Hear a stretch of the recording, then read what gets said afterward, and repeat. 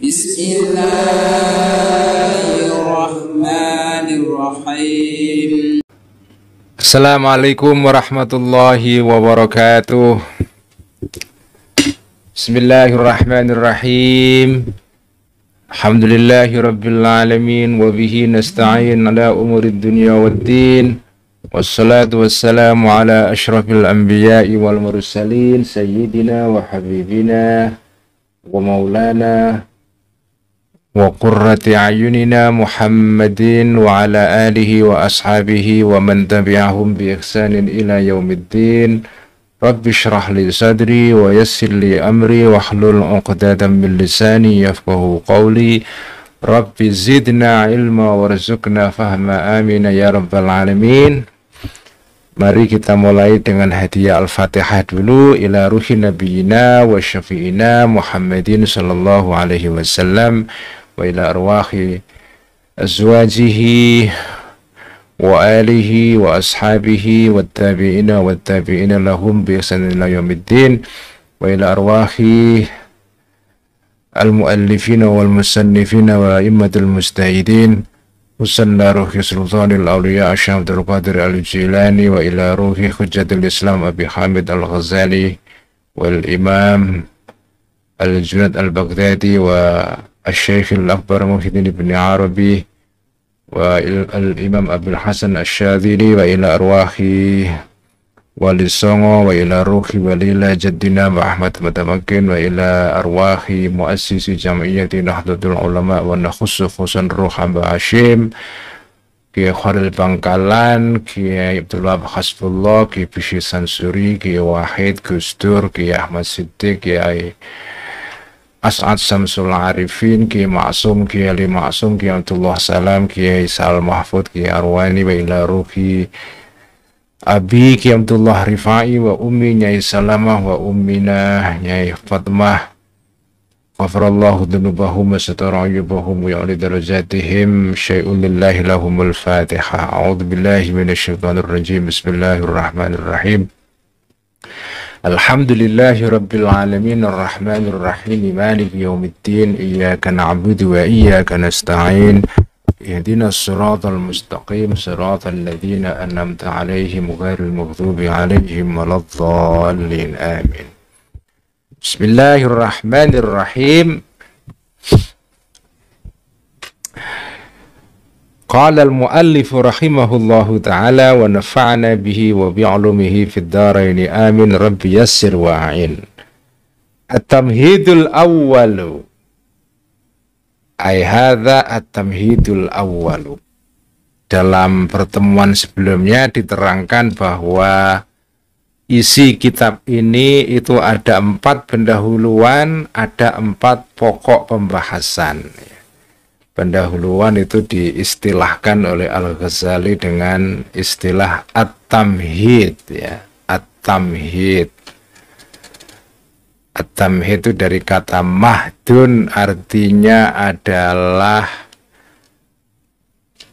tempat bayi, itu apa namanya, keranjang bayi, itu apa namanya, cradle lalu bahasa Inggrisnya itu, ya, cradle. Ini tempat bayi, keranjang bayi itu. Makanya ada hadis utlubul ilma minal mahdi ilal lahdi, gitu kan. Tuntutlah ilmu sejak dari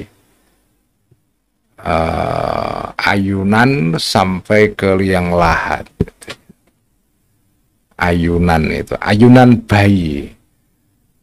Nah, tamhid itu artinya yaitu memberi pendasaran, itu seperti bayi ditaruh di dalam ayunan itu. At-tamhidul awwalu hadza at-tamhidul awwalu. Pengantar yang pertama itu adalah at-tamhidul awwalu, utawi atau pengantar yang pertama itu adalah fi bayani annal khawda, menjelaskan tentang bahwa sesungguhnya mendalami fi hadzal ilmi, di dalam ilmu ini, yaitu ilmu akidah, ilmu kalam, ya, Ilmu kalam itu istilah untuk ilmu akidah atau ilmu yang dalam bahasa Inggris disebut dengan theology atau teologi ya, teologi.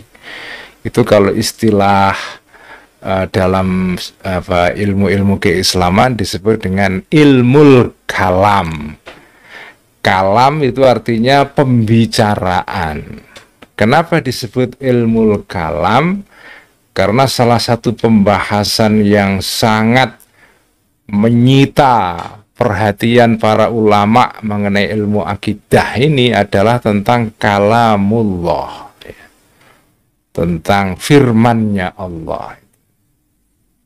Makanya disebut dengan ilmu kalam.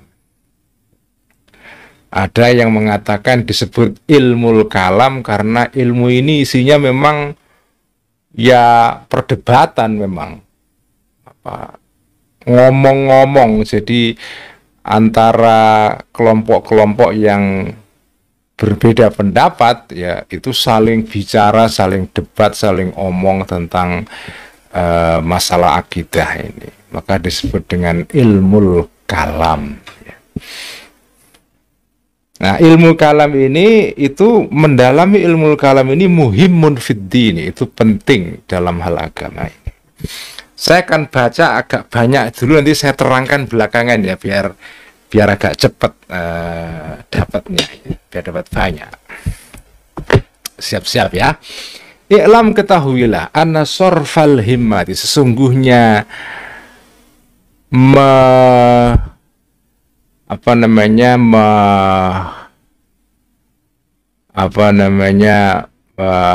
memfokuskan perhatian ila ma laisa muhimmin, terhadap sesuatu laisa muhimmin, yang laisa yang tidak ada sesuatu itu bimuhimmin penting, wa tadyi'az zamani, dan menyia-nyiakan waktu, bima terhadap sesuatu, anhu yang dari ma ini, budun ada kemungkinan untuk menghindar, atau artinya sesuatu yang tidak penting ya. Huwa ghayatud dhalali, sorfal himmati seperti itu adalah ghayatud dhalali, puncak kesesatan, wa nihayatul khusrani, dan puncak dari kerugian. Sawaun kana, ada sawaun, ada kana, ada sawaun, sama ya, sawaun sama saja, kana ada, al munsarafu ilaihi, sesuatu yang menjadi fokus perhatian tadi itu, bil himmati, dengan perhatian kamu itu, minal ulumi, termasuk perkara-perkara yang berupa ilmu, au minal a'mali, atau berupa amalan-amalan. Fa na'udzubillahi, maka berlindung kita billahi, terhadap Allah, min ilmin, dari ilmu la yanfa'u, yang tidak bermanfaat. Jadi menghabiskan waktu untuk mencari, menuntut, mempelajari sesuatu yang tidak penting itu rugi. Ini premis pertama ini. Jadi jangan sampai kita ini menghabiskan waktu kita untuk mengerjakan sesuatu yang tidak penting. Jadi ini kalimat pembukanya adalah undangan kepada kita dari Al-Ghazali untuk mempunyai skala prioritas. Jadi dengan mengerjakan sesuatu yang tidak prioritas itu sejenis kebodohan. Kebodohan ya, itu goblok itu. Wa ahammul umuri, dan perkara-perkara yang paling penting likafatil khalqi, bagi semua makhluk, itu adalah nailus sa'adatil abadiyati, meraih kebahagiaan yang abadi. Jadi kata abadi itu dipinjam dari bahasa Arab, dari kata abadun, abadi ya. Wastinabu syaqawati daimati, dan menghindari kecelakaan atau kerugian ad-daimati, yang langgeng nanti di hari kiamat, di hari kelak. Waqad warada, dan sungguh telah datang al-anbiya, para nabi-nabi, wa akhbaru, dan memberi kabar al-anbiya ini al-khalqa kepada masyarakat manusia. Apa kabar yang dibawa oleh para nabi-nabi? Bi anna lillahi, bahwa sesungguhnya bagi Allah Ta'ala ala ibadihi, terhadap hamba-hambanya Allah, hukukan hak-hak, wa wadhaifa, dan tugas-tugas, kewajiban, hak dan kewajiban ini fi af'alihim, di dalam pekerjaan-pekerjaan atau tindakan-tindakannya ibadihi, hamba-hamba Allah tadi, wa aqwalihim, dan ucapan-ucapan mereka, wa aqaidihim, dan akidah-akidah mereka. Wa annaman, dan sesungguhnya, dan Rasul, para nabi itu juga membawa kabar bahwa wa annaman, dan sesungguhnya orang lam yantik, yang tidak mengucapkan bisidki, dengan membenarkan, lisanuhu, lesannya orang ini tidak percaya maksudnya, walam yantawi, dan tidak mengandung alal haqqi, terhadap kebenaran, dhamiruhu, hatinya man tadi itu. Jadi ini kalimat yang dibalik ya. Kalau diurutkan berdasarkan aslinya, walam yantawi dhamiruhu alal haqqi, walam tatazayyan, dan tidak berhias fil amali, dengan amalnya, jawarihuhu, anggota-anggota badannya man tadi itu. Famasiruhu, maka kembalinya, maka tempat kembalinya man tadi, orang tadi itu, ilan nari, ke neraka, wa akibatu, dan akibatnya orang tadi al-bawaru, itu kerusakan. Jadi perkara yang paling penting, yang seharusnya menjadi prioritas makhluk atau manusia hidup ini ya, perkara yang paling penting itu adalah meraih kebahagiaan abadi. Inilah tujuan utama orang hidup, meraih kebahagiaan abadi, bukan meraih harta, pangkat, segala macam yang diburu oleh sebagian orang di dunia ini, sebagian besar orang-orang ini. Bukan itu hanya sarana saja. Jadi ini mengingatkan kepada kita tujuan hidup yang paling utama itu adalah mencapai sa'adah. Ini tema tentang kebahagiaan ini tema para filosof-filosof atau orang-orang bijak zaman klasik dulu. Dalam Islam juga sama temanya, tentang keabadian, tentang kebahagiaan. Di dalam filsafat Yunani juga sama. Kalau dengan baca risalah atau karangan-karangannya Aristoteles ya, atau Plato ya, atau dialog-dialognya Sokrates itu di sana akan tampak salah satu tema yang menjadi pembahasan utama para filosof dari dulu ya, sejak zaman Yunani, itu tema keabadian, yang dalam bahasa Yunani itu istilahnya adalah eudaimonia. Kemudian diterjemahkan dalam bahasa Arab as-sa'adah. Saya kemudian ingat guru saya, Kiai Sahal Mahfud ya, yang dulu pernah menjabat sebagai Rois Am Nahdlatul Ulama sebelum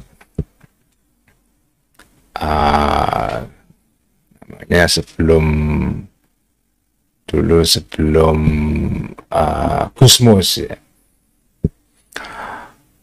Salah satu ajarannya Kiai Sahal itu kepada santri-santrinya dulu itu, beliau kalau mengajar menekankan itu, orang dalam hidup ini itu fokus utama dalam hidup itu adalah sa'adatud daraini ya, sa'adatud daraini, kebahagiaan di dunia ini yang kemudian menjadi sarana untuk tercapainya kebahagiaan di kemudian hari di kehidupan kelak itu. Kebahagiaan. Nah, kebahagiaan di kehidupan kelak nanti itu tidak kebahagiaan yang bersifat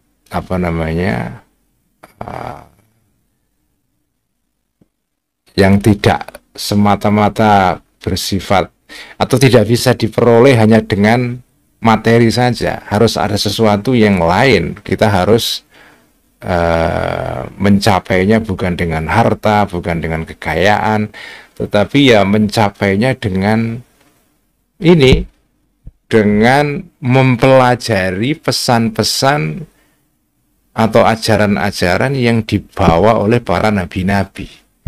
Karena nabi-nabi itu diutus oleh Allah untuk menunjukkan jalan kepada manusia tentang kebahagiaan. Ini tema kuno, tema yang mungkin sudah basi dan klise ya, tapi itulah. Dengan suka tidak suka harus dengan mengakui bahwa manusia itu tujuan hidupnya memang bahagia. Bukan sekedar bahagia di dunia secara material, secara fisik, tetapi juga kebahagiaan nanti di akhirat. Inilah perkara yang paling penting yang seharusnya menjadi prioritas orang hidup itu ya. Makanya tadi kan dibuka kitab ini dengan mengatakan orang yang bodoh adalah orang yang menghabiskan waktunya mengerjakan sesuatu yang tidak penting gitu. Ya, dalam hadis dikatakan min husni islamil mar'i tarkuhu ma la ya'nihi. Orang itu agamanya itu baik ya, tanda bahwa termasuk bagian dari tanda bahwa orang itu seorang yang baik ya, Islamnya baik adalah dia meninggalkan pekerjaan-pekerjaan yang tidak penting dan memfokuskan dirinya pada pekerjaan-pekerjaan yang penting. Mari kita teruskan. Tsummalam yaktasiru, kemudian tidak hanya membatasi atau tidak terbatas para nabi-nabi tadi itu. Jadi nabi-nabi itu dikatakan mereka itu datang membawa pesan dari Allah ya, bahwa kita semua makhluk ini itu punya hak dan kewajiban terkait dengan tindakan kita, ucapan-ucapan kita. Dan bahwa orang yang tidak membenarkan pesannya para nabi-nabi ini, mereka akan celaka pada akhirnya itu. Wa akibatuhul bawar. Orang yang tidak percaya kepada pesan para nabi-nabi ini, cepat atau lambat hidupnya akan rusak. Kalau bangsa ya, bangsa itu akan hancur. Mungkin dalam waktu sekejam sih tidak ada akibat apa-apa, tapi kalau jenengan Anda sebagai orang atau kalau suatu bangsa mengabaikan pesan-pesan para nabi ini, itu cepat atau lambat akan terjadi kehancuran pada bangsa itu, pada orang itu dalam kehidupan pribadinya maupun kehidupan bangsa itu ya. Ya, dan itu sudah kita saksikan hari-hari ini ya. Sudah kita saksikan gitu. Tsummalam yaktasiru, kemudian tidak membatasi para nabi-nabi itu ala mujarradil ikhbari, hanya sebatas ya, atas atau hanya pada memberi kabar saja. Balis tashhadu, sebaliknya memberi atau mengambil sebagai dalil para nabi-nabi tadi itu.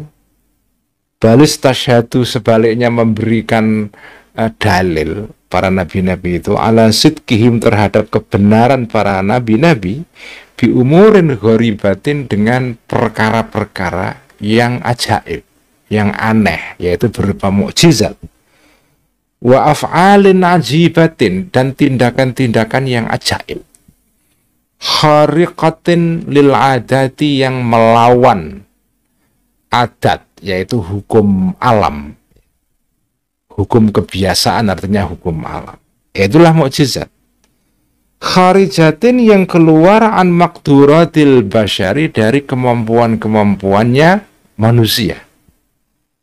Faman, maka barang siapa syahada, menyaksikan orang ini, ha kepada umurin ghoribatin tadi, perkara-perkara yang ajaib berupa mukjizat, au sami'a, atau mendengar orang ini, ahwalaha, terhadap keadaan-keadaannya umurin ghoribatin, bil akhbari, melalui kabar-kabar al mutawatirati, yang mutawatir, kabar yang tidak mungkin bohong karena dibawa oleh banyak orang dalam jumlah yang begitu meyakinkan sehingga tidak mungkin kabar itu bohong. Sebagaimana orang yang nggak pernah ke Jakarta, kemudian ketemu dengan tetangga-tetangganya yang ke Jakarta, kalau mudik, dan tetangganya yang ke Jakarta itu banyak sekali. Gak mungkin tetangganya bohong, wong yang membawa kabar tentang adanya kota Jakarta itu banyak banget. Tidak mungkin bohong. Karena nggak mungkin tetangga-tetangganya yang banyak yang membawa kabar tentang kota Jakarta itu bersekongkol untuk mengabarkan sesuatu yang bohong kepada dia. Itu namanya khobar mutawatir.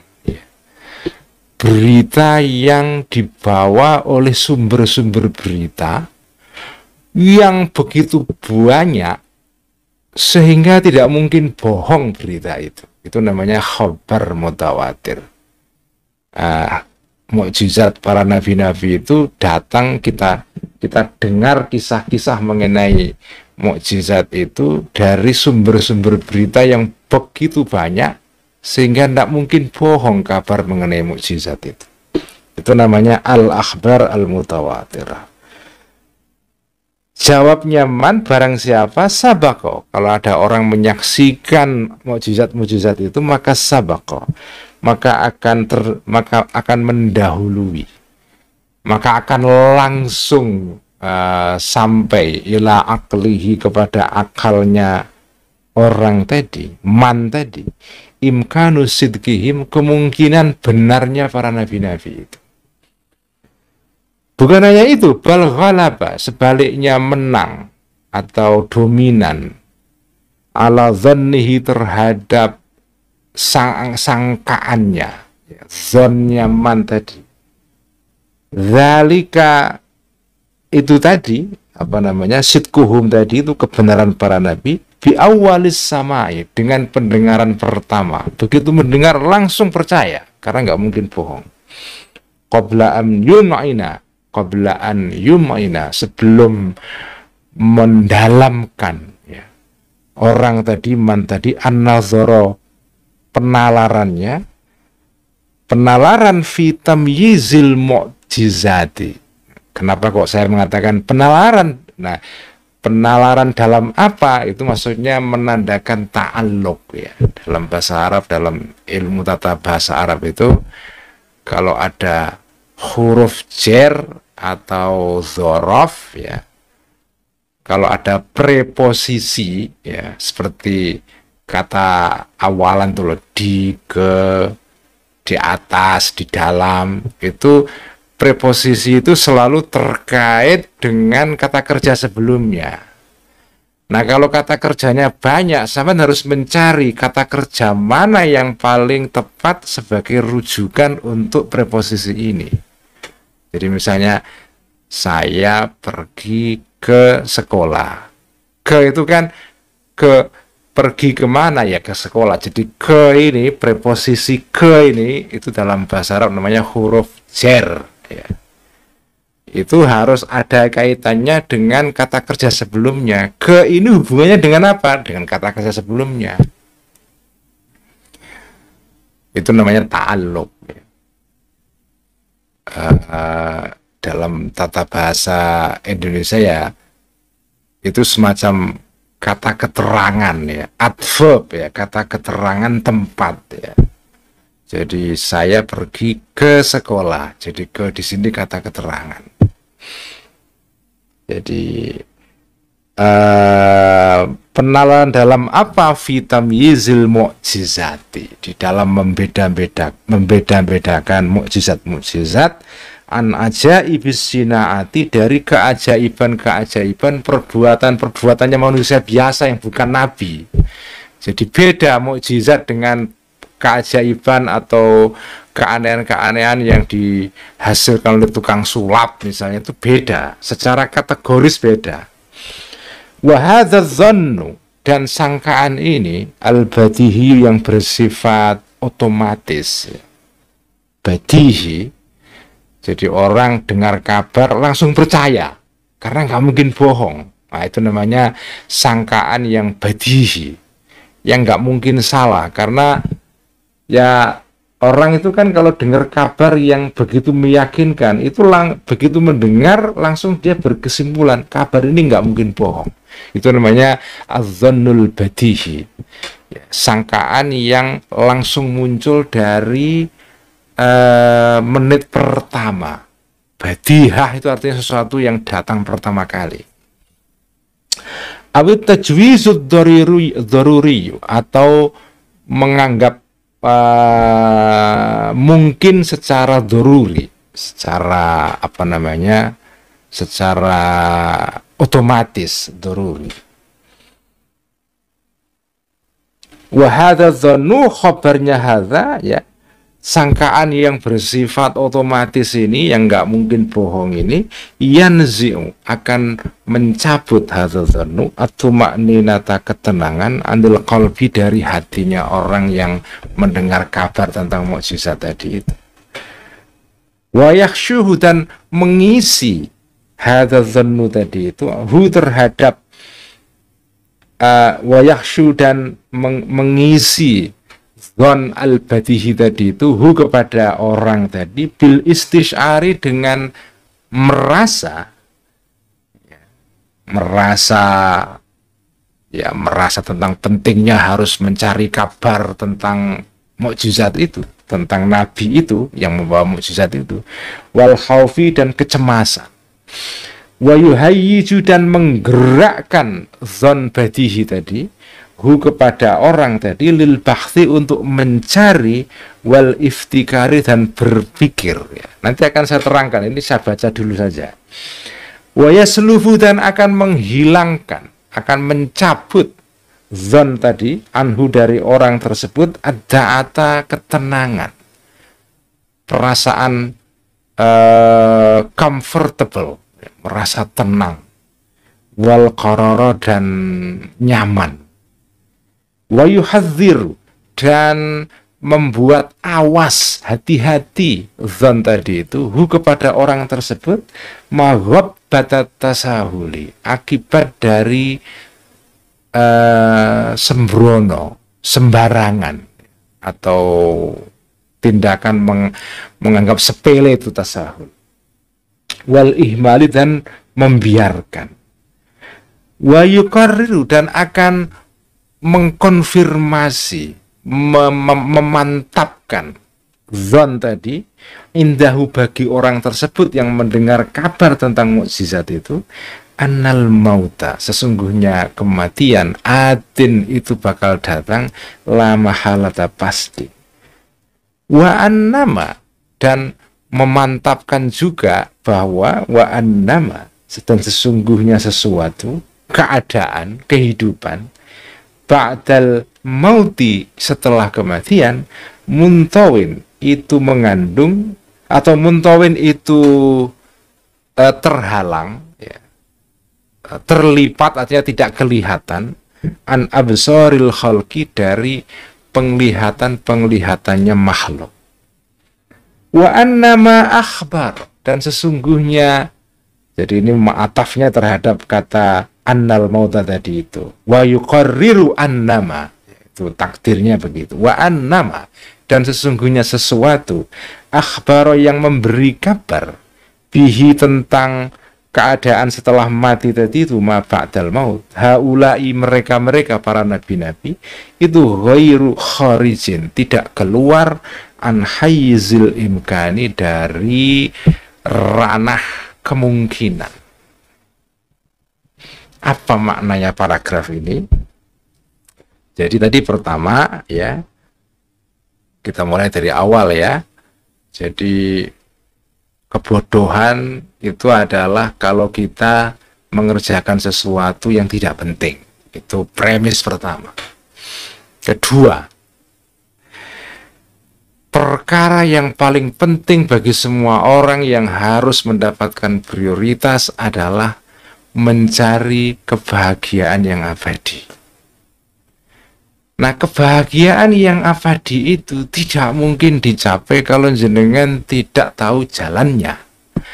Jalannya itu hanya bisa diberitahu oleh para nabi-nabi, utusan Allah. Karena ini barang gaib ya. Kebahagiaan abadi itu barang gaib. Tidak mungkin diketahui kecuali melalui perantaraan para nabi-nabi. Nah, nabi-nabi ini itu datang membawa kabar tentang jalan kebahagiaan abadi ini, ke kehidupan kelak itu. Ya. Nah, para nabi-nabi ini membawa pesan bahwa makhluk manusia itu punya kewajiban yang harus mereka tunaikan kepada Allah Subhanahu wa Ta'ala. Selain mereka juga punya hak, ya, kewajiban terkait dengan tindakan mereka. Mereka harus melakukan sesuatu ya, sebagai bagian dari kita, cara kita mengabdi kepada Allah. Kita harus beribadah dan segala macam. Ucapan, kita wajib mengucapkan sesuatu yang benar, tidak bohong misalnya. Itu semua kan ajaran-ajaran yang dibawa oleh para nabi ya. Yang itu semuanya adalah merupakan jalan menuju kepada kebahagiaan abadi. Nah, kemudian yang ketiga, para nabi-nabi ini tidak sekedar hanya membawa kabar, tetapi membawa bukti bahwa kabarnya ini itu benar. Nah, buktinya itu berupa apa? Mukjizat. Nah, ini kita ini orang Muslim itu ini fondasi akidah ya. Ini kita dituntut oleh Al-Ghazali pelan-pelan ya. Ini kita belajar akidah ini ya. Kita ini teman-teman yang mungkin jarang belajar ilmu akidah, ini dituntun oleh Al-Ghazali ini. Ini kita mencoba untuk membuat iman yang kita warisi dari keluarga kita itu kita susun secara sistematis ya, supaya kita jadi muslim itu punya fondasi yang kuat ya. Jadi ini ya, hitung-hitung kita belajar akidah ini untuk mensistematisir iman kita kembali ya. Penting ini ya. Memang iman yang sudah ada, yang sudah kita jalani selama ini itu sudah oke, karena jenengan sudah merasa ya nyaman dengan bentuk iman yang ada selama ini, menjadi fondasi hidup sama oke. Tapi ini diberi kerangka yang lebih sistematis ya. Ya, ini barat inilah. Jenengan itu kayak petani ya. Petani yang sudah punya pengalaman untuk menanam pohon-pohon, tanaman berdasarkan kebiasaan-kebiasaan di desa tempat jenengan hidup tinggal. Itu kan ada kebiasaan bagaimana cara menanam padi, menanam sayur-sayuran. Itu kan ada praktek-praktek yang diwarisi oleh para petani di sebuah desa. Nah, ya itu bagus, tetapi ada alangkah baiknya kalau selain petani ini mewarisi tradisi yang sudah ada di desa itu tentang bagaimana menanam segala macam, alangkah baiknya kalau ilmunya itu diperkuat dengan ilmu sekolahan. sistematis, ada susunan-susunannya, strukturnya itu ada. Gitu.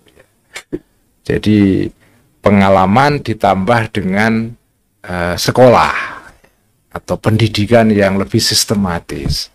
Nah, kita belajar mensistematisir iman yang kita warisi dari orang tua kita, tetangga kita, komunitas kita. Karena kan orang itu kan umumnya beragama itu kan beragama sesuai dengan lingkungan sekitarnya. Ya begitu, memang sebagian besar orang begitu.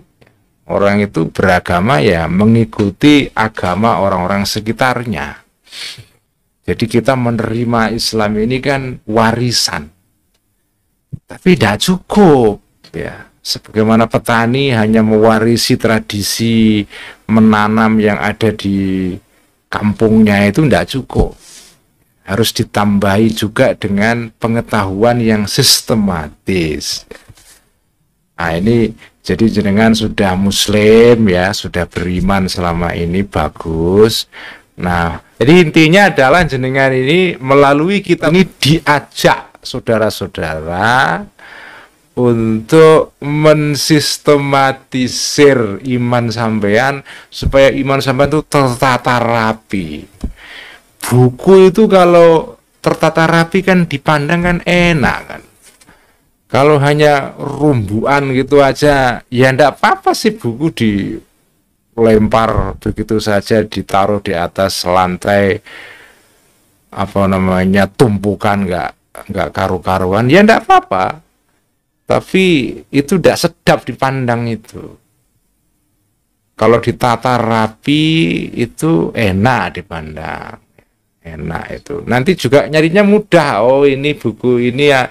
Buku ini tentang ekonomi ada di bagian situ, ada katalogisasi, kan enak. Jadi nanti kalau mau mengambil itu nggak butuh waktu lama. Tapi kalau diletakkan di lantai begitu saja rumbuan nggak jelas, ya sampai nyarinya lama. Karena nggak tertata. Nah, kita sekarang menata iman secara sistematis. Meskipun ini tidak kewajiban, ya. Yang punya waktu lebih, punya kemampuan, punya minat, monggo. Kalau enggak, ya beriman secara awam saja juga oke, sudah. Yang penting jangan mantep dengan imannya itu nggak apa-apa. Tapi biasanya iman secara awam begitu itu ada resikonya juga kalau ada goncangan-goncangan karena pengalaman hidup, membaca konten-konten di internet yang isinya membuat orang menjadi skeptik kepada agama. Oh, jadi kaget, wah gimana ini? Apalagi sekarang ini di era keterbukaan informasi sekarang ini kan banyak bahan-bahan yang meragukan agama itu. Sekarang ini kan ada gerakan namanya ateisme baru, new atheism, atau gerakan orang-orang agnostik gitu ya. Banyak itu orang-orang yang meragukan agama, menolak agama sama sekali, bahkan mencibirkan agama. Itu kan banyak banget. Konten-konten seperti itu di internet itu bertebaran hari-hari ini ya. Terutama yang terkait dengan Islam. Wah, itu banyak banget itu. Entah tujuannya memang benar-benar anti agama atau memang sengaja anti Islam secara spesifik ya. Itu banyak. Makanya belajar akidah di hari-hari ini itu penting banget. Untuk membentengi kita dari kemungkinan adanya skeptisisme, keraguan-raguan. Dan yang menarik saudara-saudara, ilmu teologi itu rasional. Jadi nggak betul kalau orang menuduh bahwa orang beriman itu ya terus iman tok, nggak ada dalilnya. Itu nggak benar itu. Dalilnya banyak banget. Sejarah agama itu sudah ribuan tahun. Kristen, Yahudi, Islam terutama ya, agama-agama yang Semitik ini, yang satu keluarga ini, itu sejarah perkembangan pemikiran mengenai akidahnya itu wah kaya sekali, rasional sekali. Adapun sampean tidak teryakinkan oleh argumen-argumen rasional yang disusun oleh para ulama itu monggo saja. Monggo saja. Yang yakin juga banyak, yang ragu juga ada, yang banyak juga. Ya nggak apa-apa kalau wah saya nggak, dalilnya para ulama yang dianggap rasional itu nggak meyakinkan. Apalagi kalau sampai baca bukunya Richard Dawkins, apa ya, God Delusion, ya. God Delusion itu salah satu buku yang paling terkenal sekarang ini yang meragukan agama. Buku yang paling populer sekarang ini yang isinya meragukan agama. Itu bukunya Richard Dawkins itu. Ya monggo saja kalau jenengan nggak teryakinkan oleh argumennya para ulama-ulama yang mencoba merumuskan akidah secara rasional itu monggo saja. Ya, kita juga atau saya terutama tidak teryakinkan juga oleh, saya baca sampai khatam bukunya Richard Dawkins itu ya. Ya menarik, tapi saya nggak teryakinkan ya. Kan rasional sekali itu dalilnya Richard Dawkins itu ya, tapi saya nggak teryakinkan. Jadi ya, tapi tuduhan bahwa orang beragama itu hanya iman saja, tidak ada fondasi rasionalnya, itu keliru sama sekali. Nanti jenengan akan baca di sini bagaimana ulama Islam, terutama Al-Ghazali ini, itu memberikan pendasaran yang rasional kepada iman. Rasional.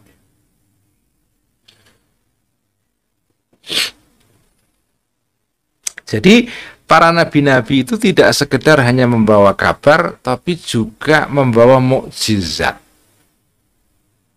yang menunjukkan bahwa kabar yang mereka bawa ini, kabar mengenai al-ghaibiyat, perkara-perkara gaib ya, tentang surga, neraka, kehidupan kelak. Karena salah satu dimensi penting, ini jangan perlu sadari ini, ciri khas orang beriman ya, itu adalah beriman terhadap sesuatu yang gaib, yang tidak tampak. Itu yang membedakan orang beriman dengan orang yang tidak beriman, yang ateis ya, atau yang agnostik ya. Bedanya adalah kalau orang beriman, dia percaya bahwa kehidupan material di dunia ini itu tidak selesai di situ. Ada kehidupan setelah kehidupan material ini. Ada kehidupan yang bersifat metafisik ya. Metafisik itu artinya sesuatu yang setelah yang fisik ini, artinya kelak nanti setelah kita meninggal, mati, dibangkitkan, nanti setelah itu ada kehidupan setelah mati. Itulah ciri khas orang beriman. Jadi tidak pandangannya adalah bahwa kehidupan di dunia ini itu tidak satu-satunya kehidupan. Ada sesuatu yang setelah kehidupan ini. Nah, sesuatu yang terjadi setelah kehidupan sekarang ini, kehidupan kelak nanti, itu apa? Kabar mengenai itu namanya al-ghaibiyat, sesuatu yang gaib, dan yang membawa kabar mengenai itu semua adalah para nabi-nabi. Nah, nabi-nabi ini membawa kabar ini tidak sekedar membawa kabar, membawa bukti bahwa kabarnya benar, yaitu berupa mukjizat. Mukjizatnya Nabi Muhammad Shallallahu Alaihi Wasallam yang paling besar adalah ya Quran. Quran itu adalah mukjizat yang menunjukkan bahwa Nabi itu membawa kabar yang benar. Berupa, ya kabar ini berupa ucapan beliau yang kemudian dikumpulkan menjadi hadis itu ya. kemudian kabar itu dikumpulkan dalam Al-Quran berupa wahyunya Allah. Itu semua kan kabar yang dibawa Nabi itu. Nah, kabar ini, kita ini kan tidak hidup di era Kanjeng Nabi. Kita kan hidup jauh setelah Kanjeng Nabi. Bagaimana kita tahu bahwa kabar itu benar? Nah, inilah yang disebut tadi itu. Kabar ini datang kepada kita melalui jalur yang disebut dengan khobar mutawatir. Khobar mutawatir artinya kabar yang tidak mungkin bohong karena diceritakan oleh banyak orang yang begitu banyaknya sehingga tidak mungkin mereka bersekongkol untuk mengkabarkan sesuatu yang bohong. Ibaratnya adalah seperti orang tidak pernah ke Jakarta, orang kampung, tetapi tetangga-tetangganya itu ke Jakarta. Kalau lebaran mudik, nah tetangganya ini membawa cerita mengenai kota Jakarta. Dia sendiri nggak pernah lihat kota Jakarta, tetapi saking banyaknya tetangganya yang cerita mengenai kota Jakarta, dia langsung berkesimpulan bahwa nggak mungkin kabar ini bohong. Karena begitu banyak yang membawa berita mengenai Jakarta. Nah, itu namanya khobar mutawatir. Khobar mutawatir itu begitu kita dengar, itu langsung menimbulkan keyakinan pada kita. Nah, tadi disebut di sini az-zannul badihi. Kita langsung punya sangkaan bahwa kabar ini benar. Karena dibawa oleh begitu banyak orang, nggak mungkin bohong. Itu namanya khobar mutawatir. Nah, orang yang membawa berita mengenai Kanjeng Nabi itu banyak sekali jalurnya, nggak mungkin bohong, nggak mungkin bohong. Ya, meskipun sekarang ada kesarjanaan revisionis di Barat yang sebagian meragukan bahwa Nabi itu pernah ada, atau Nabi itu hidup tidak dalam era seperti yang diceritakan oleh sumber-sumber Islam tradisional. Lepas dari itu, ya, karena ini kan perdebatan akademis. Ya, ada yang percaya dengan kesarjanaan revisionis, ada yang tidak. Ya itu masih penelitian kan, dan tidak semua setuju. Tetapi kalau kita melihat masalah ini dari sudut tradisi Islam sendiri, kita percaya betul bahwa kabar yang dibawa oleh Kanjeng Nabi atau kabar tentang Kanjeng Nabi itu mutawatir, nggak mungkin bohong itu, nggak mungkin bohong. Nah, kemudian setelah orang percaya terhadap kabar yang dibawa, kabar di sini maksudnya adalah ajaran-ajaran agama, ya. Setelah dia mendengar kabar ada Nabi membawa kabar tentang kehidupan setelah mati, membawa ajaran agama, membawa ajaran tentang bagaimana meraih kebahagiaan abadi seterusnya ini. Setelah dia mendengar kabar ini kemudian dia kemudian tidak tenang, dalam pengertian dia kemudian bangkit dari kenyamanan tidurnya. Karena kabar yang dia dengar ini kabar yang membawa berita yang tidak biasa. Tapi ini berita mengenai kehidupan kelak. Ya. Ada surga, ada neraka, ada ada sirotol mustaqim, ada timbangan amal, ada macam-macam. Nah, ini kan berita semua yang dibawa oleh Kanjeng Nabi. Setelah mendengar berita ini, orang yang mendengar berita ini ya akan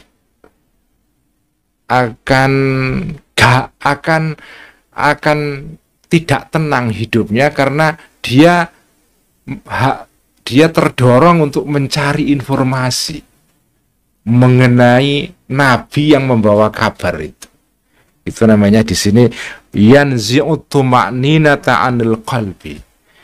Jadi orang yang mendengar kabar tentang adanya nabi pasti penasaran, mencari tahu, wah apa isinya kabar ini? Betulkah nabi ini nabi beneran? Betulkah yang dia klaim itu merupakan wahyu beneran? Ya seperti cerita sebagian para sahabat-sahabat seperti Salman Farisi. Ya. Ada beberapa sahabat yang yang mengalami semacam fase mencari dalam hidupnya. Salah satunya Salman Farisi. Itu kan dia beberapa tahun hidup di dalam pencarian kebenaran, ya, mencari agama yang cocok dengan dirinya. Dia mendengar kabar ada nabi di tanah Arab, ya, langsung dia mencari informasi segala macam.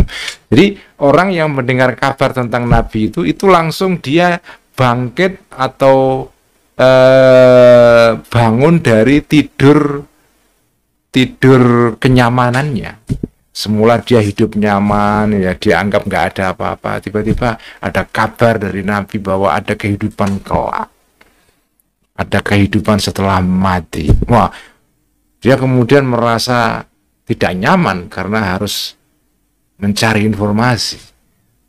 Makanya kabar tentang adanya nabi itu yanzi'ut tuma'ninah, mencabut ketenangan dari hati, membuat orang kemudian meninggalkan comfort zone-nya, mencari kabar mengenai nabi itu, belajar.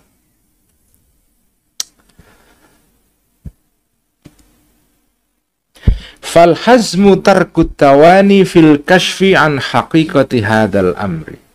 Fal hazmu, maka tindakan yang hati-hati itu tarkut tawani, meninggalkan untuk berlambat-lambat, ya.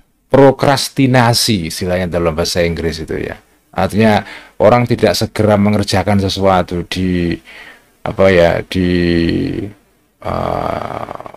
diperlambat, nunggu sampai ada mood, itu namanya tarkut tawani, ya.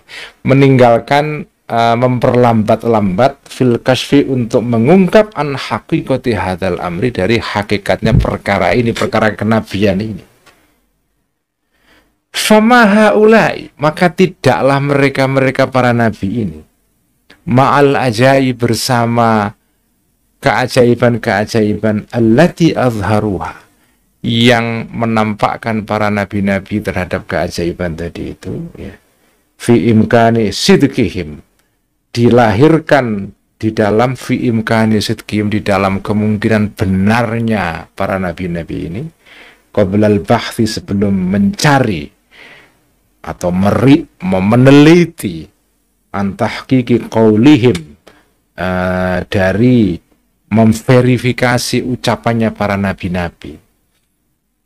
Biaqalla, itu lebih sedikit, lebih ringan, ya, atau lebih sepele, ya, lebih ringan, lebih sedikit, min syakhsin wahidin, dari satu orang, yukhbiru, yang memberi kabar satu orang ini, nah, kepada kita, inda khurujina, ketika keluarnya kita, min darina, dari rumah kita, wa mahall istiqrarina, dan tempat menetapnya kita, yaitu rumah maksudnya, memberi kabar tentang apa? Ini ta'aluk namanya, ya. Bi'anna sabu'an, sesungguhnya binatang buas, minas sibai, dari binatang-binatang buas, qad dakhala, itu telah masuk, adara, rumah, fakhudh, maka ambillah engkau, hadzaroka, terhadap kehati-hatianmu, karena ada binatang buas masuk desa.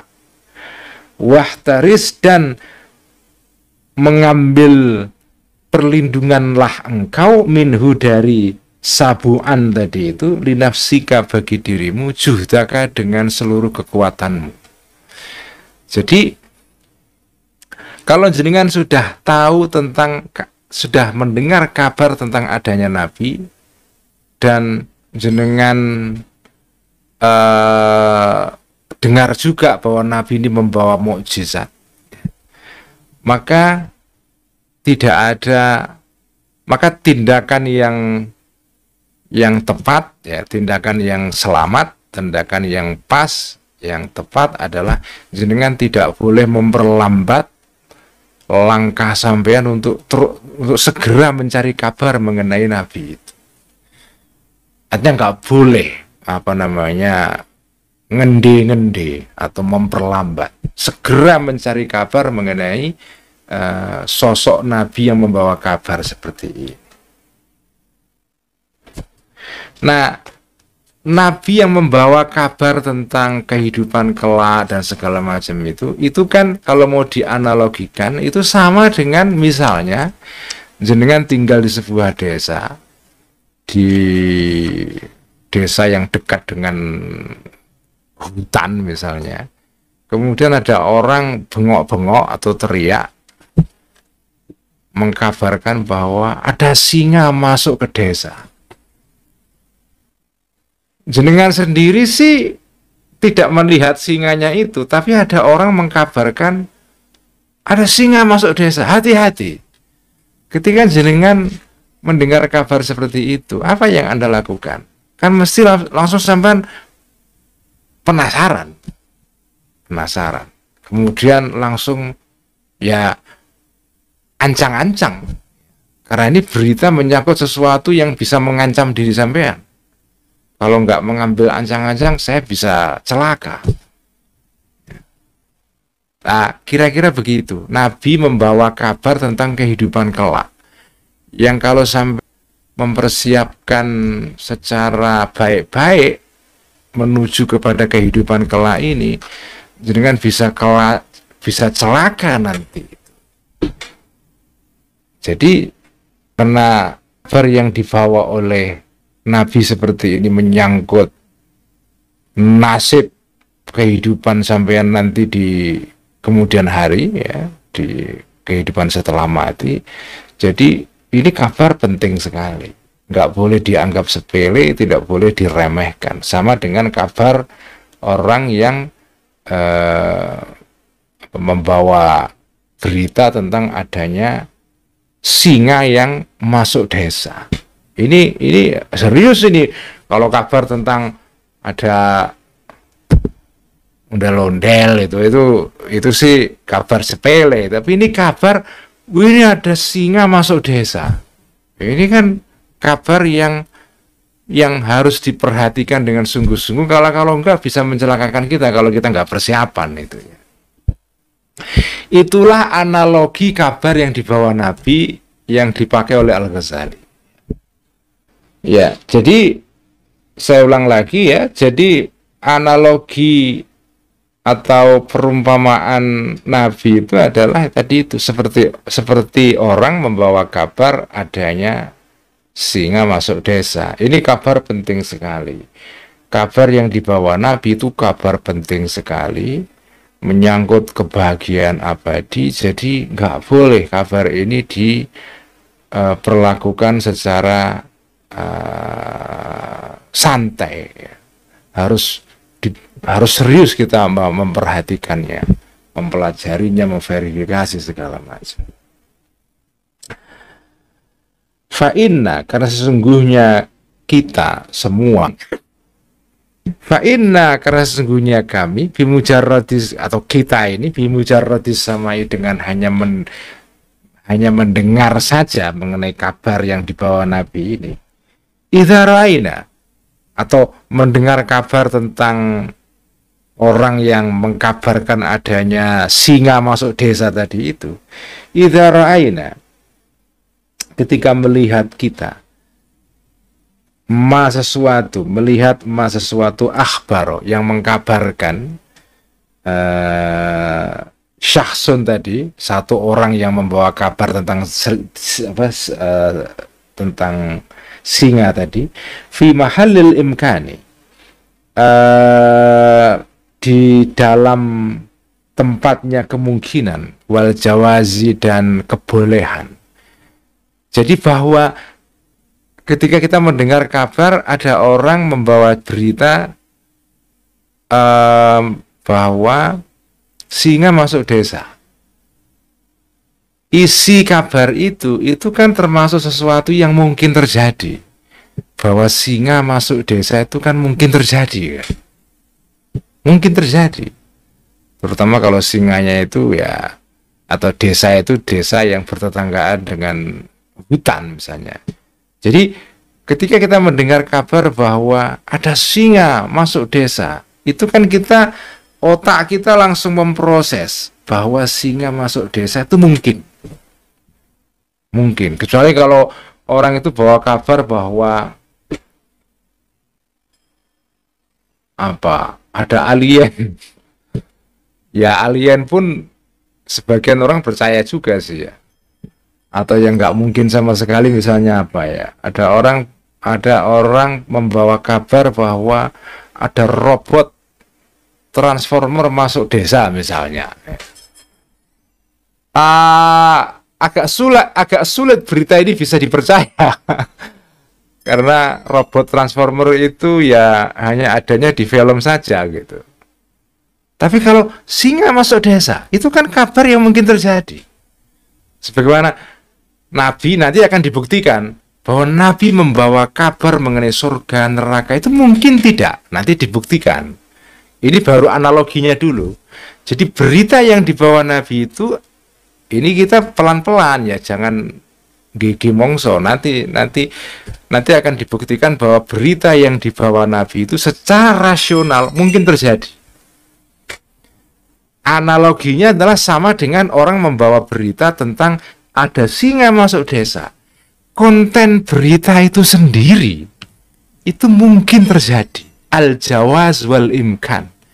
Nah, ketika jenengan mendengar berita yang mungkin terjadi ini tentang ada singa mau masuk desa, ini langsung la nuktimu, tidak akan melangkah kita alat duhuri, jawabnya idza ra'aina la nuktimu, atau khobarnya fa'inna, tidak akan melangkah kita alat duhuli untuk masuk desa.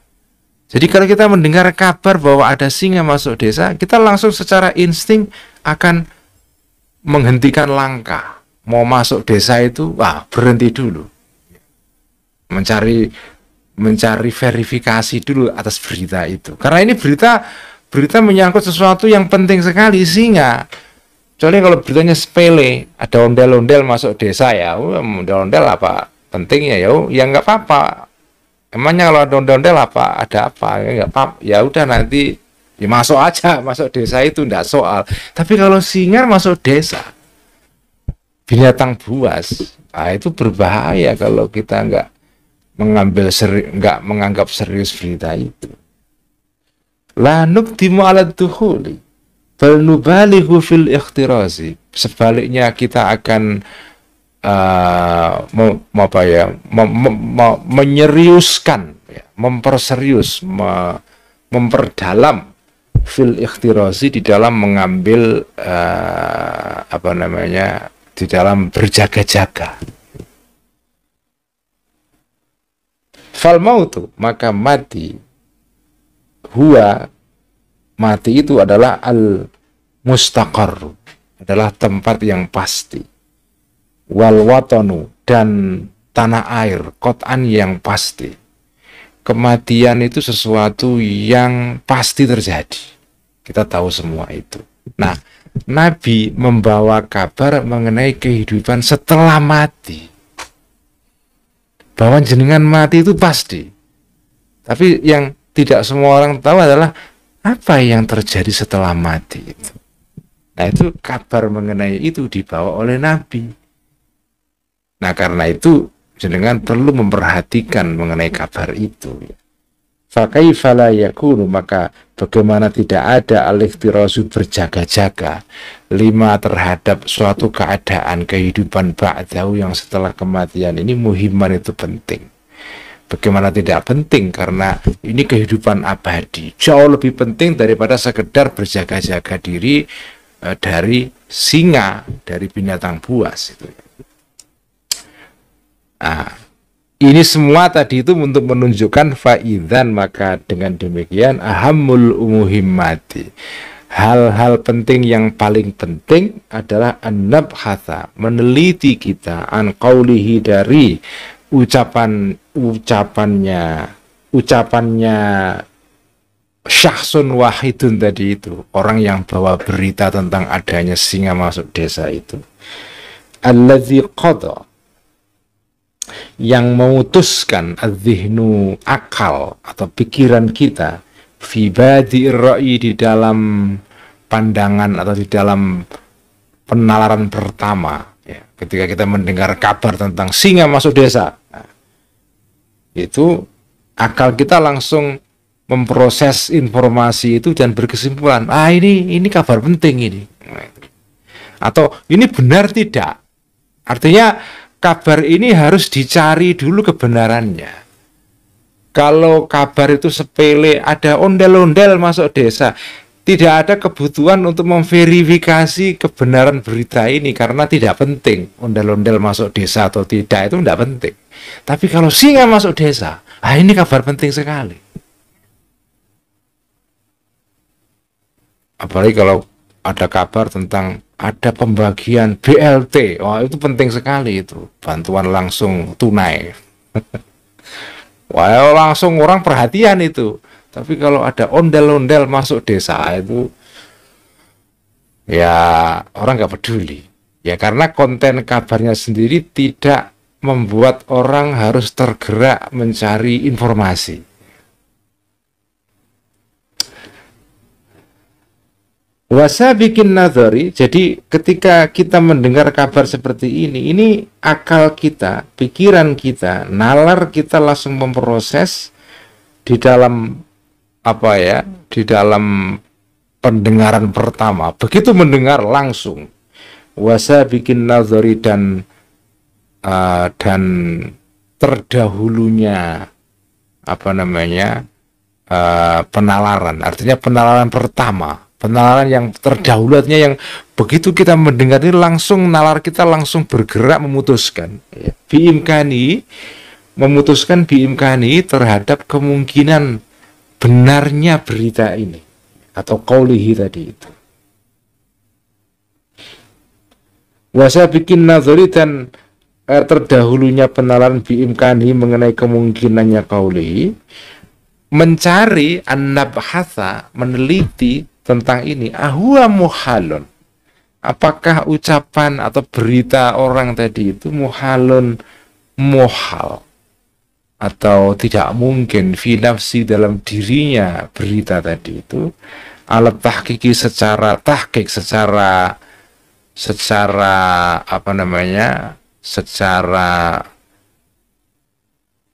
mendalam, setelah diverifikasi secara mendalam, ini berita seperti itu mustahil, atau ahwa hakun, atau berita tadi itu, qauluhu tadi itu hakun, benar, la syakka fihi, yang tidak ada keraguan di dalam berita itu.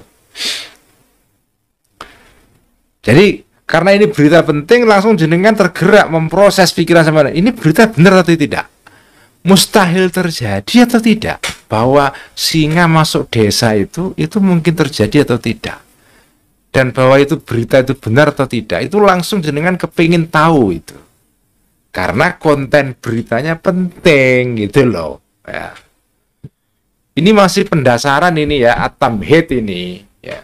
Jadi ini kita diberikan titik masuk untuk nanti menata iman kita. Jadi dasarnya itu, agama itu adalah kabar, kabar atau berita tentang sesuatu yang gaib, berita mengenai ajaran-ajaran untuk meraih kebahagiaan abadi. Yang membawa berita ini adalah Nabi. Nah, Nabi ini membawa berita ini itu dibuktikan dengan mukjizat. Nah, kabar ini begitu pentingnya sehingga tidak mungkin orang itu mengabaikan berita ini karena menyangkut kehidupan yang hakiki sejati setelah mati. Status pentingnya kabar ini kalau mau dianalogikan dengan kehidupan sehari-hari yang gampang dinalar, Seperti ada orang mengkabarkan singa masuk desa. Jenengan mau masuk desa itu, mendengar kabar itu, apa yang sampean lakukan? Sampean langsung hati-hati. Karena kalau enggak masuk desa itu ternyata singanya benar ada di sana, jenengan bisa diterkam mati. Itulah isi mukadimah ini ya, kira-kira gitu kerangkanya ya. Ini semua barang penting karena beritanya berita penting sekali.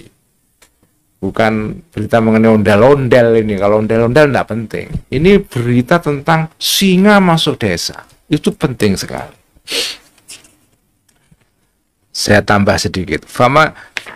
Famin qaulihi, maka salah satu dari berita yang dibawa Famin qaulihi, maka salah satu dari beritanya tadi Syahsin Wahidin tadi itu, atau Nabi lah kira-kira ya di sini maknanya.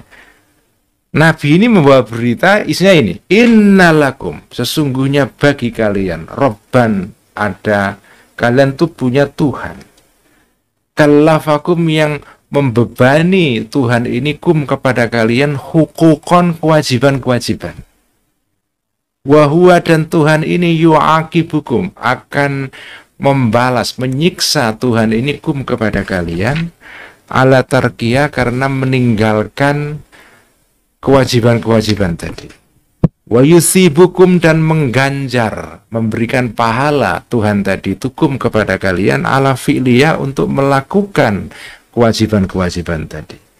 Wa qad ba'atha, dan telah mengutus Tuhan tadi itu ni kepadaku, Nabi tadi, Rasulan sebagai utusan, ilaikum kepada kalian, liubayyina, untuk menjelaskan aku, dzalika, terhadap kewajiban-kewajiban tadi, lakum, bagi kalian.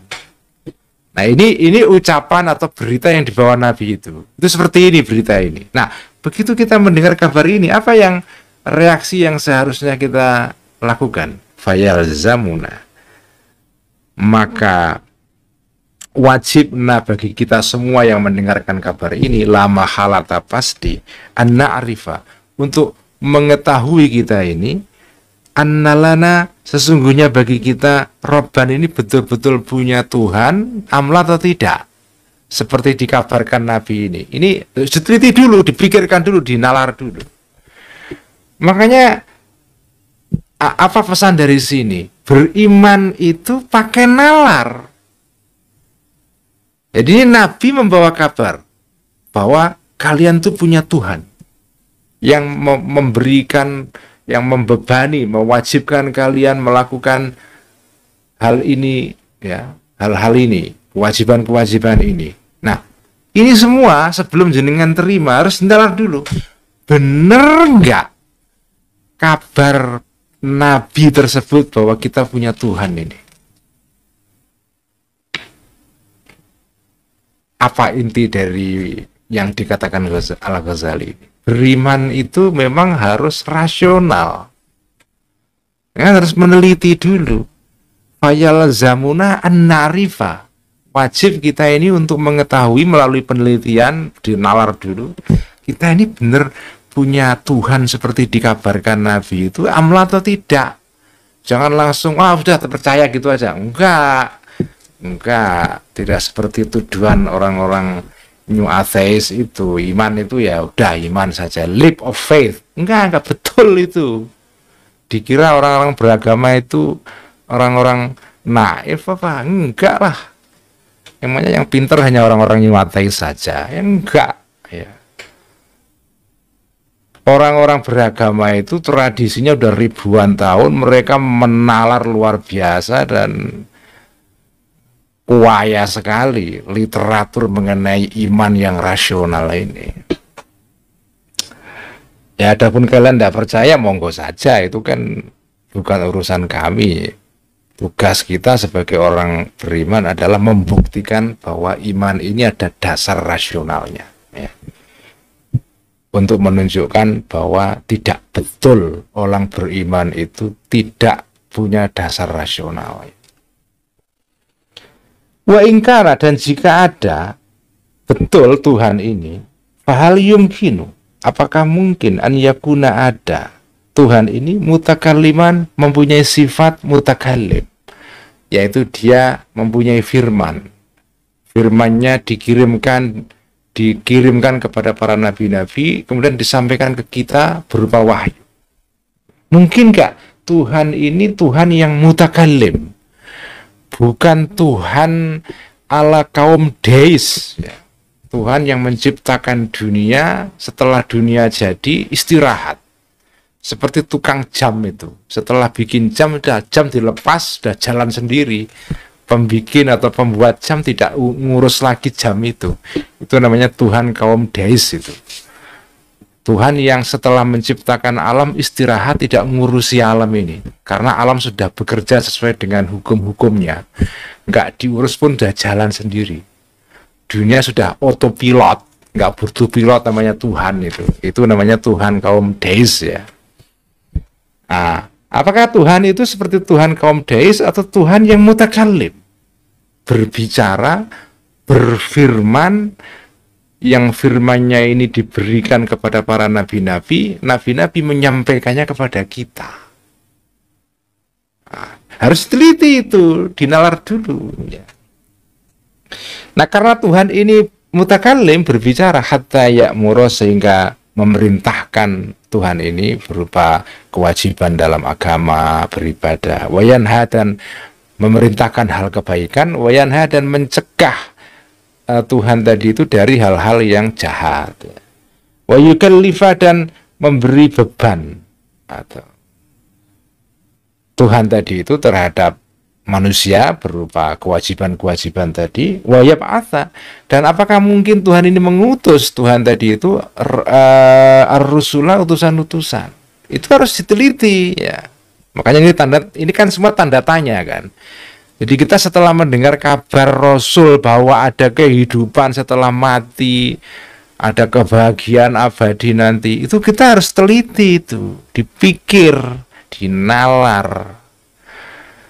Kalau selama ini kita beragama warisan dari orang tua, sekarang kita beragama secara nalariah, ya, dinalar.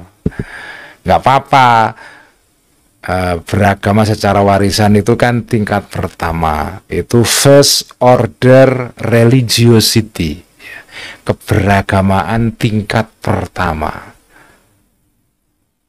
Kita harus beranjak ke berikutnya, second order religiosity, yaitu keberagamaan pada tingkat kedua.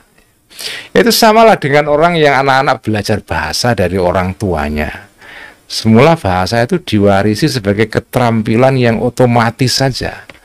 Setelah dewasa, masuk fakultas bahasa Inggris, langsung belajar mengenai sistem bahasa itu.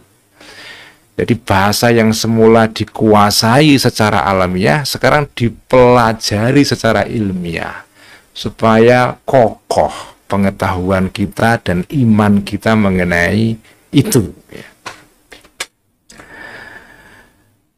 Wa ingkan, dan jika ada Tuhan ini mutakaliman, bersifat mutakalim, berbicara, fahuwa, fahal, apakah huwa, Tuhan ini qadirun, berkuasa, ala an yu'aqifa, untuk menyiksa orang yang melanggar perintahnya, wa yuthiba, dan memberi pahala Tuhan ini, idza asaina, ketika membangkang kita, makhluk, manusia maksudnya, hu, kepada Tuhan tadi itu, au ata'na, atau ketika menaati kita, hu, kepada Tuhan tadi itu.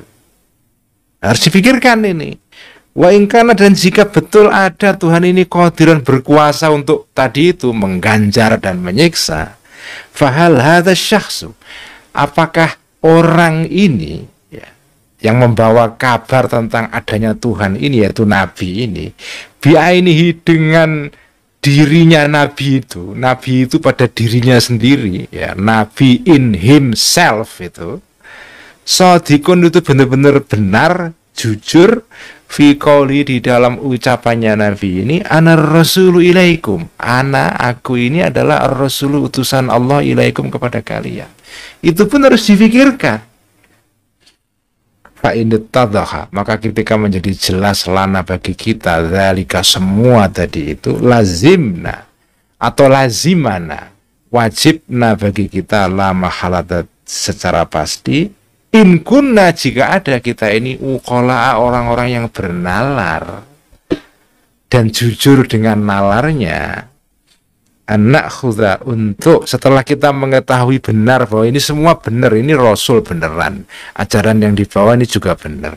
Setelah kita percaya itu semua, maka wajib bagi kita anak khuda untuk mengambil kita hadharona, kehati-hatian kita, wanandura dan meneliti kita, li anfusina bagi diri-diri kita, wanastahkira dan menganggap relatif ya. Hadhihi dunia ini sepele, ini bukan tujuan akhir ya. Al-munqaridata yang akan punah ya. Bil idhofati dalam hubungannya ya, relatif tu ya, dalam hubungannya ilal akhiratil baqiyati, kepada kehidupan akhirat yang langgeng.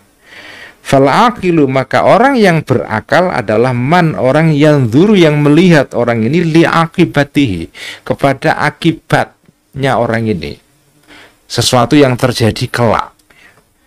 Wala yaghtaru, dan tidak terbujuk, tidak tertipu orang ini bi'ajilati, dengan masa kininya orang itu. Orang yang punya nalar itu berpikirnya adalah sesuatu yang nanti, bukan sesuatu yang sekarang. Jadi orang yang berakal adalah orang yang farsighted, yang melihat jauh, bukan orang yang short-sighted, yang melihat sekarang itu. Kehidupan yang abadi kelak setelah mati itu jauh lebih layak difikirkan ketimbang yang sekarang ini. Wallahu a'lam. Assalamualaikum warahmatullahi wabarakatuh.